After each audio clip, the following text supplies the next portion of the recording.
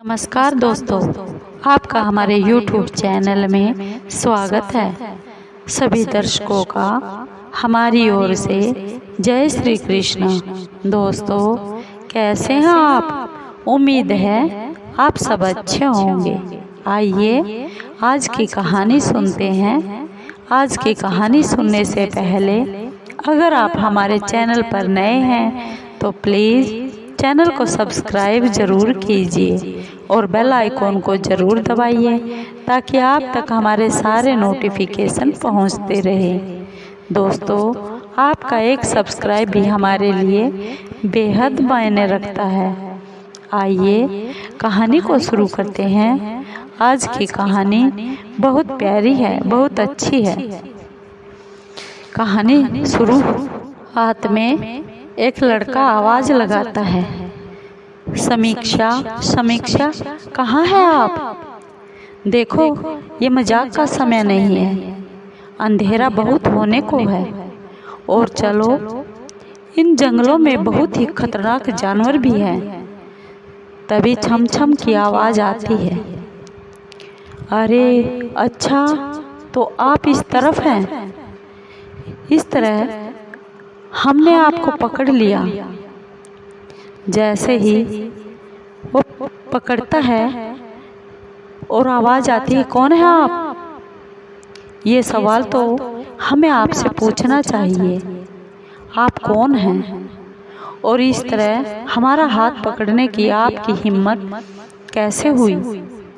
आप जानते भी हैं कौन है हम? माफ़ कीजिए, हम अपनी छोटी बहन को ढूंढ रहे थे।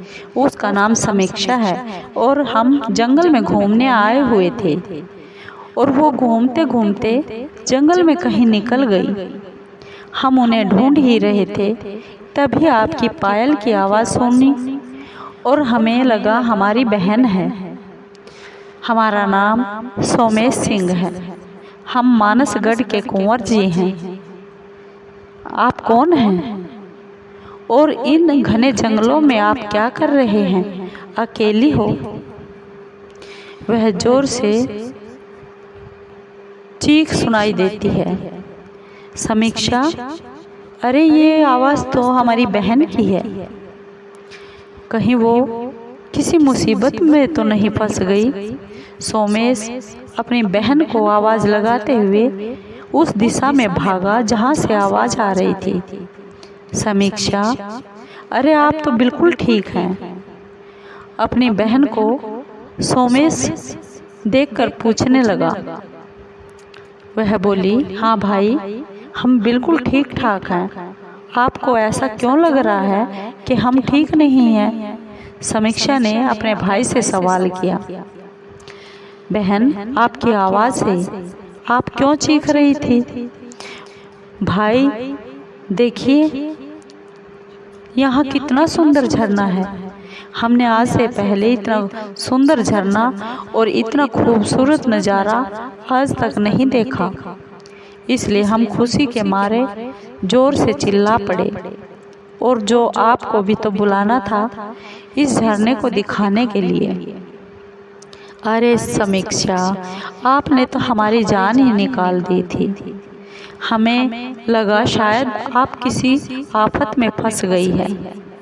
आपके होते हुए हम किसी मुसीबत में कैसे फंस सकते हैं भाई साहब? अपने भाई से वह लाड करती हुई वह समीक्षा बोली और भाई बोला, बातें बनाने तो तुमसे ही सीखेंगे। समीक्षा की बातों से सोमेश हंस पड़े। अब बोले, चलिए बहन, रात होने के करीब है, हमें जल्दी से जल्दी अपनी हवेली पर पहुंचना होगा, नहीं तो माँ बहुत गुस्सा करेंगी। ठीक है भाई, परंतु एक शर्त पर हम दोबारा यहाँ जरूर आएंगे, फिर चलते हैं। समीक्षा जंगल की खूबसूरत झरने और सौंदर्य को देखती हुई बोली।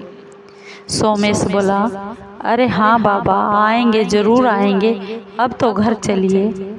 दोनों भाई बहन अपनी जीप की ओर जैसे ही बढ़े, चलते चलते सोमेश कुछ ठिठक गया। समीक्षा बोली, क्या हुआ भाई, चलिए आप गाड़ी में बैठिए, हम अभी आते हैं। सोमेश अपनी बहन से बोला। समीक्षा बोली, भाई क्या कुछ छूट गया है? सोमेश बोला, हाँ बहन, चलिए हम जंगल से लेकर अभी आते हैं। सोमेश अपनी बहन से बोला, आप चलिए। समीक्षा बोली, ठीक है भाई, मैं वहाँ जाकर इंतज़ार करती हूँ और आप जल्दी से आना। यह कहकर समीक्षा जीप की ओर चल पड़ी। आप यहाँ? हमें तो लगा आप कहीं चली गई थी। सोमेश ने उस अनजान लड़की से कहा, आइए हम आपको छोड़ देते हैं, आपको जहाँ भी जाना है हम वहीं पर आपको उतार देंगे। सोमेश उस लड़की से बोले, हम देखने आए थे आपकी बहन ठीक है या नहीं। वह लड़की बोली, हम यहीं इसी जंगल में रहते हैं, आपको ज़्यादा कष्ट उठाने की ज़रूरत नहीं है। सोमेश बोला, क्या जंगल में रहती हो? क्या तुम्हें डर नहीं लगता? वह अनजान लड़की बोली, जी हाँ, हम हमारे कबीले के साथ इन्हीं जंगलों में बहुत दिनों से रहते हैं और आपके पिताजी राजा श्रीदेव ठाकुर की प्रजा ही हैं। हम भी, लेकिन बंजारों को इन जंगलों से कुछ ज़्यादा ही प्यार होता है, इसलिए हम जंगलों में ही ज़्यादा रहना पसंद करते हैं। यही तो हमारा घर है। बहुत ही मासूमियत से वह अनजान लड़की बोली।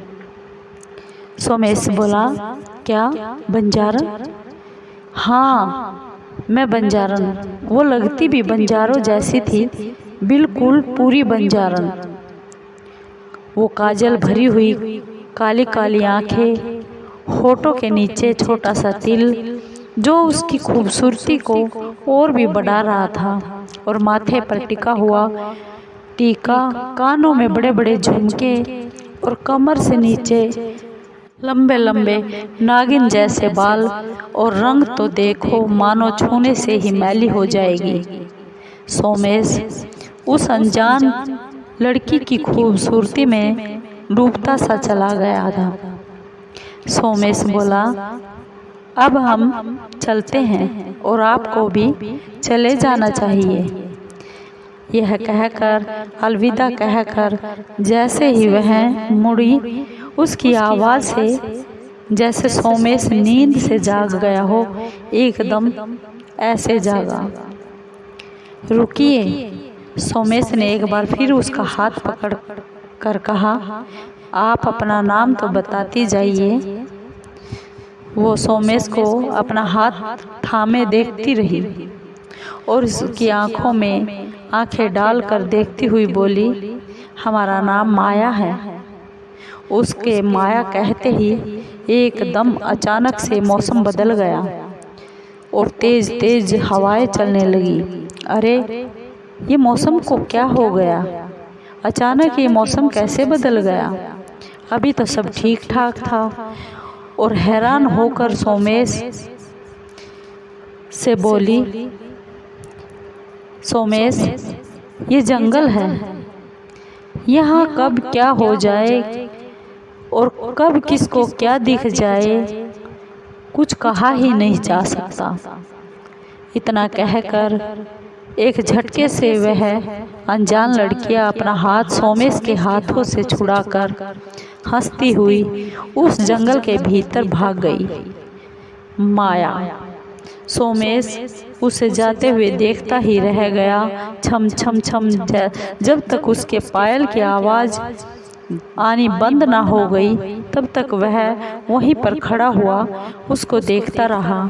और जब पायल की आवाज़ आनी बंद हो गई तो वह अपनी जीप की तरफ चल पड़ा। सोमेश और समीक्षा अपने घर आ जाते हैं और अपने पिता से कहते हैं, बाबा, आपने हमें पहले क्यों नहीं बताया कि हमारे इस राज्य में इतना प्यारा जंगल और इतने प्यारे प्यारे झरने भी हैं।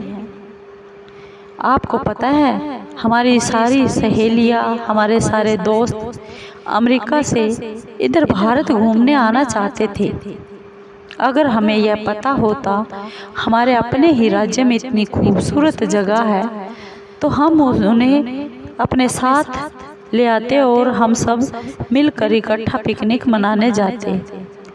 अपनी धुन में बोलती रही समीक्षा। अचानक एकदम से राजा साहब दहाड़ पड़े। चुप हो जाइए, आप लोग क्या जंगल में गए थे और उस झरने के पास भी गए थे? समीक्षा बोली, जी बाबा, हम वहाँ गए थे, भाई भी। वह हगलाते हुए ऐसे बोल ही रही थी कि समीक्षा अपने बाबा को अचानक इस तरह से चिल्लाता देखकर डर गई। जवाब दीजिए, मैंने आपसे क्या जवाब मांगा है? फिर से राजा साहब चिल्ला पड़े और उनकी आवाज़ से सोमेश, रानी माँ और सभी जितने भी नौकर थे सब इकट्ठे हो गए। राजा साहब, क्या बात है? आप ऐसे क्यों चीख रहे हो? रानी जी ने बहुत ही शांत आवाज में राजा साहब से पूछा। यह आप अपनी औलादों से क्यों नहीं पूछती? ये विदेश में क्या पढ़ लिखा है, अपने आप को बहुत ही ज्ञानी समझने लग गए हैं और हमें कुछ आता ही नहीं।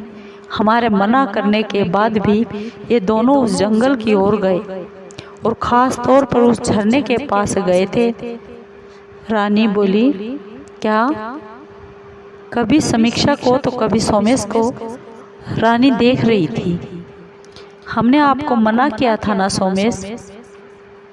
फिर वहाँ आप झरने के पास क्यों गए?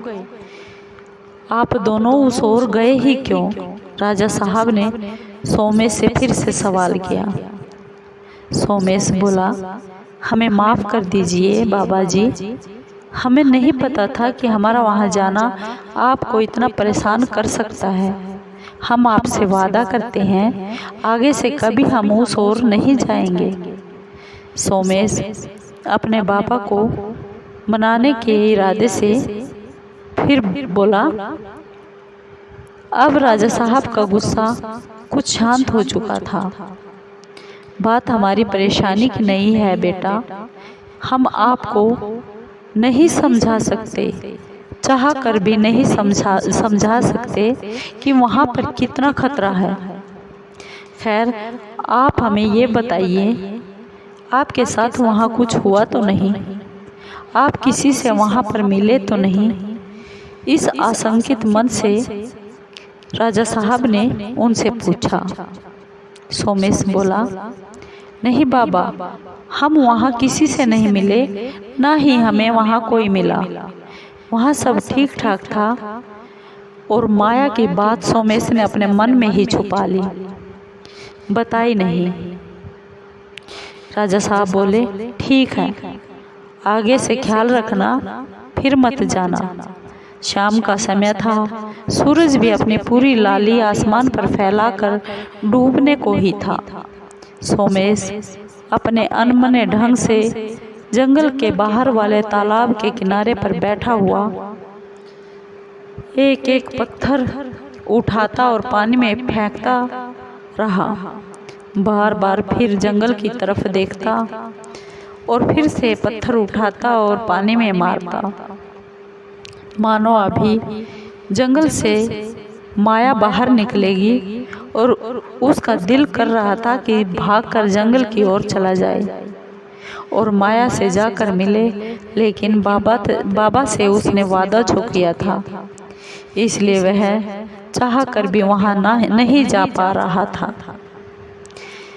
अरे सोमेश बाबू, आप यहाँ क्यों बैठे हैं? एक बहुत ही मधुर और मीठी आवाज़ आई। सोमेश ने ऊपर नजरें उठाकर देखा, तुम? और खुशी के मारे उसकी आंखें चमकने लगी। सोमेश के सामने माया खड़ी थी। हाँ, हम यहाँ से गुजर रहे थे तो हमने आपको यहाँ बैठे हुए देखा, इसलिए आपको आवाज़ लगा दी। सोमेश बोला, तुमने बहुत अच्छा किया, लेकिन तुम यहाँ कैसे? तुम तो कह रही थी कि तुम जंगल में रहती हो। माया बोली, हाँ, हमने कहा था हम जंगल में ही रहते हैं, लेकिन हम बाहर भी तो आते जाते हैं। ऐसा तो मैंने नहीं कहा था कि हम बाहर नहीं आते जाते। माया ने सोमेश को देखते हुए बोला, तुम्हारी हाजिर जवाबी का जवाब नहीं। तुम्हारी बातें हमेशा मुझे चुप करा जाती हैं माया। माया की आंखों की तरफ देखता हुआ सोमेश बोला, और आपकी बातें हमेशा मुझे हंसने पर मजबूर कर देती है। माया खिलखिलाते हुए बोली, आपने बताया नहीं, आप यहाँ कैसे? सोमेश से बोली माया, आप यहाँ क्या कर रहे थे और क्या सोच रहे थे? सोमेश बोला, मैं तुमसे ही मिलना चाहता था, लेकिन क्या करूं, आगे कुछ बोला नहीं। हमसे मिलना चाहते थे तो जंगल में क्यों नहीं आ गए? यहाँ पर बैठे पत्थर क्यों मार रहे हो? माया ने कुछ नाराज से होते हुए बोला, वो दरअसल हमारे बाबा से हमने वादा किया था कि हम जंगल के भीतर कभी नहीं जाएंगे, इसलिए हम चाह कर भी हम जंगल के अंदर नहीं आ सके। दुखी मन से सोमेश ने माया से कहा, ओह, आपके बाबा ने आपको मना कर दिया है जंगल में, क्या फिर आप कभी नहीं आओगे? माया के चेहरे पर थोड़ा उदासी सी आ गई। कोई बात नहीं, आप नहीं आ सकते जंगल में तो हम तो आ सकते हैं बाहर आपसे मिलने के लिए। माया ने नजरें झुकाकर सोमेश से कहा, और सोमेश खुशी के मारे उछल पड़ा। सच माया, क्या तुम मुझसे मिलने आ सकती हो? माया बोली, हाँ, क्यों नहीं, बिल्कुल आऊंगी। जाने क्या हुआ, सोमेश ने माया को अपने गले से लगा लिया और बदले में माया ने भी सोमेश का साथ दे दिया। थोड़ी देर बाद दोनों दूर हुए, अलग हुए तो माया ने शर्मा कर अपनी नजरें नीचे किए और जमीन की ओर देखती रही, और सोमेश से प्यार भरकर अपनी नजरों से माया को बिना बोले ही सोमेश ने मोहब्बत का इकरार हो चुका था और इकरार कर लिया। अब आप जाइए सोमेश बाबू, हम यहीं पर मिला करेंगे। हम कल फिर यहीं पर मिलेंगे, और अपने बाबा से कहिए, जो होना होता है वो होकर ही रहता है, जिसे आना होता है वो आकर ही रहता है, कोई उसे रोक नहीं पाता। और माया जंगल की ओर चली गई और जंगलों में कहीं खो गई। कुछ देर बाद उसकी पायल की आवाज़ें भी आनी बंद हो गई। सोमेश को उसकी बोली गई बातें बहुत अजीब सी लग रही थी, लेकिन वह ज़्यादा न सोचते हुए वह भी अपनी हवेली की ओर आ गया। रात का 1 बज गया था और चारों ओर सन्नाटा पसरा हुआ था। बीच बीच में जंगली जानवरों और कुत्तों के रोने की आवाज़ आ रही थी, जो उस अंधेरी रात को और भी डरावना बना रही थी। सोमेश अपने कमरे में मखमली बिस्तर पर गहरी नींद में सो गया था, और अचानक उसकी नींद उचट गई और उसने सुना कि छम छम पायल की आवाज़ सी आ रही है। इतनी रात में पायल की आवाज़, वह सोच रहा था। सोमेश बिस्तर से उतरकर अपने दरवाजे की ओर चला। कौन है? माँ, समीक्षा, क्या आप दोनों हैं? कौन है? लेकिन बदले में पीछे से कोई जवाब नहीं आया। कहीं ये हमारा वहम तो नहीं? इसे अपना वहम मानकर सोमेश फिर से अपने बिस्तर पर आ गया और फिर से सोने की कोशिश करने लगा। तभी बहुत तेज जोर से आवाज़ आने लगी, पायल की छम छम छम। ऐसा लग रहा था कोई उसी के कमरे में दौड़ रहा है। और फिर अचानक जोर से किसी के तेज चीखने की आवाज़ आई, बचाओ बचाओ। सोमेश पसीने में ही डर गया और पसीने से तरबतर हो गया।